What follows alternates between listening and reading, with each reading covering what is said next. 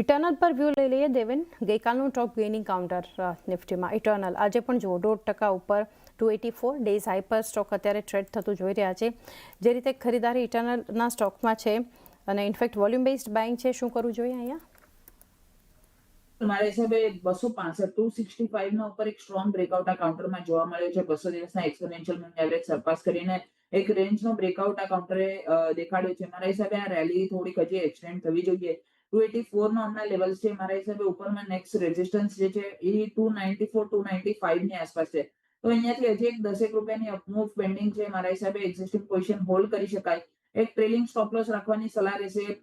આ લેવલ્સ પર 265 નો stop loss એક થોડોક રિસ્કિયર હોઈ શકે છે.